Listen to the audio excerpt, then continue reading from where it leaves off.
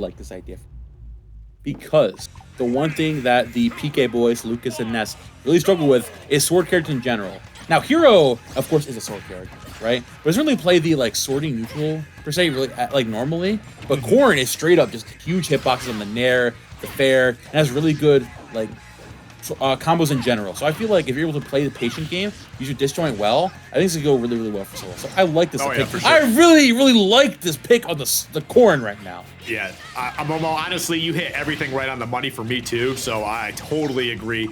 Just the way that Corrin plays this game actually can just be so frustrating when you're fighting against it, especially when you're playing a stubby character like Lucas, because all these hitboxes are just huge, they're problems, and she can just combo you for days. And then she gets you off stage like that, especially when you're playing a character whose recovery can be a bit slow sometimes, and you just get back air to the blast zone, it is a rough time.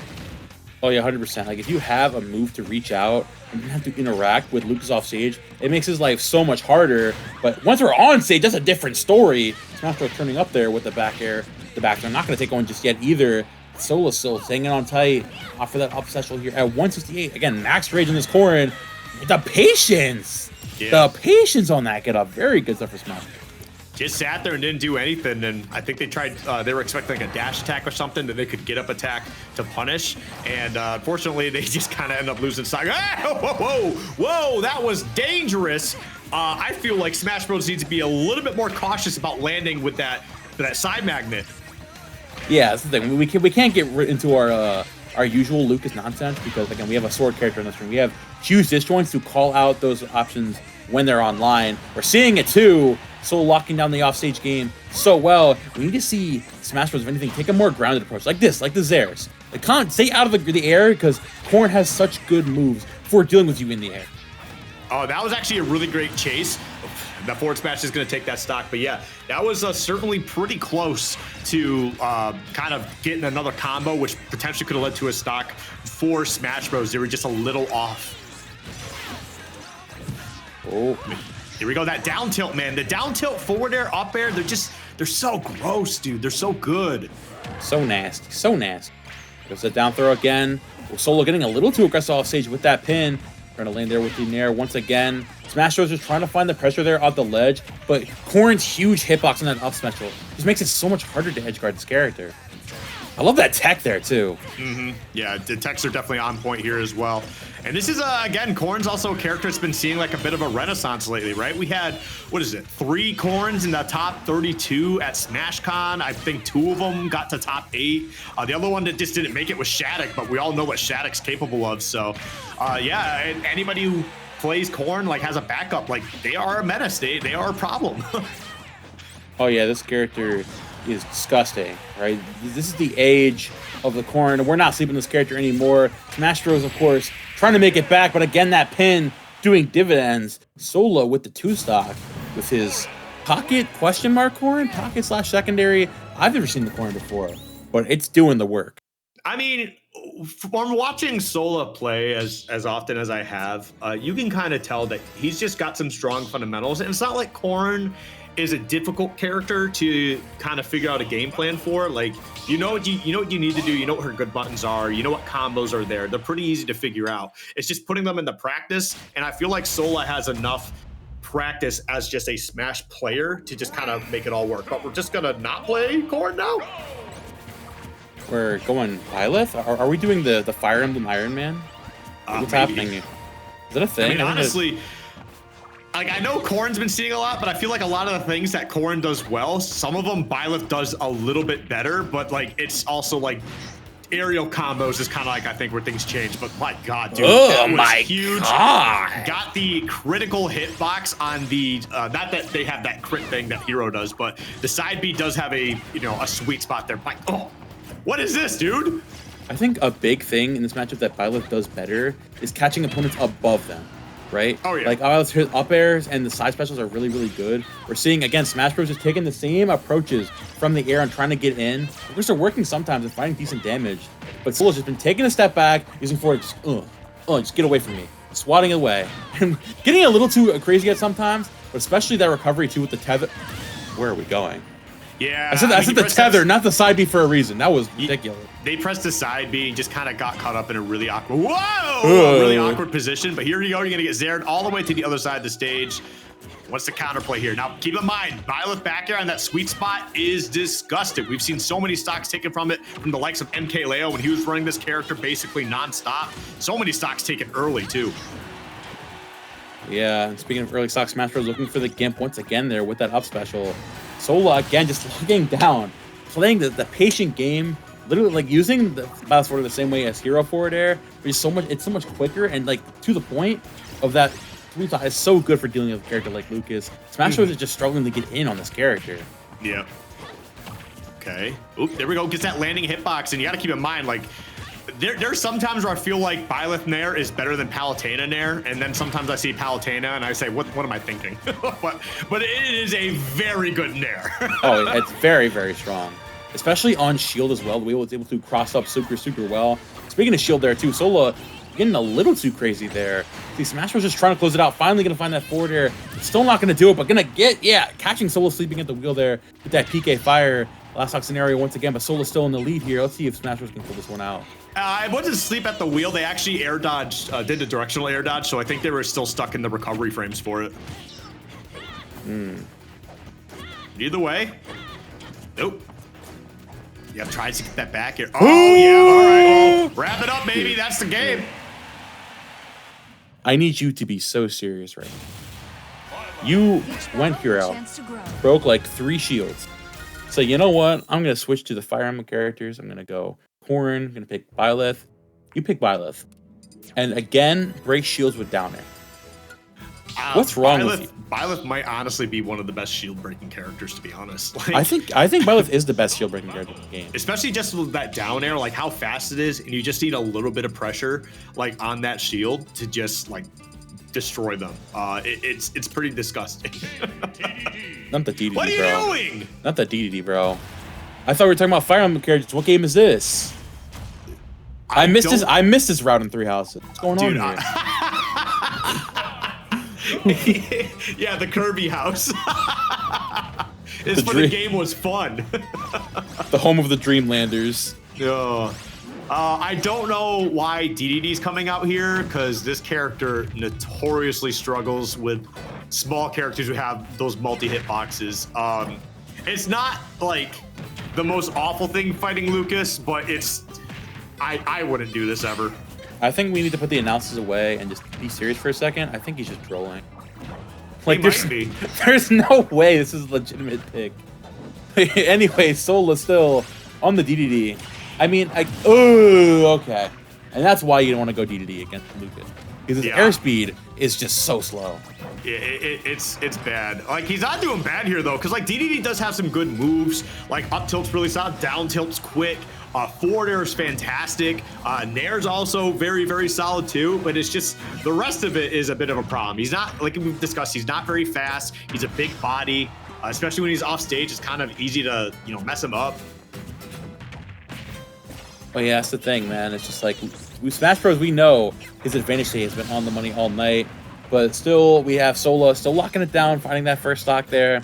I mean, regardless, if there's any heavy you're going to play against Lucas, I feel like the best one would be. So, like, it's not out of the realm of possibility. We're seeing it here. He's still keeping it somewhat close in this game.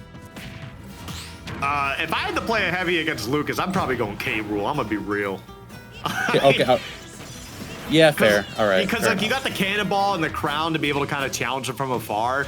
And you've also got so much armor on your moves that if he tries boxing with you, it's probably not going to work out for him. But I don't know. Again, you can talk about matchups all day, but sometimes it just comes down to the quality of the player. And I mean, Sola's not doing bad here. He's certainly down, but he could certainly take a lead if he's very careful. That's a back throw and not going to be a stock.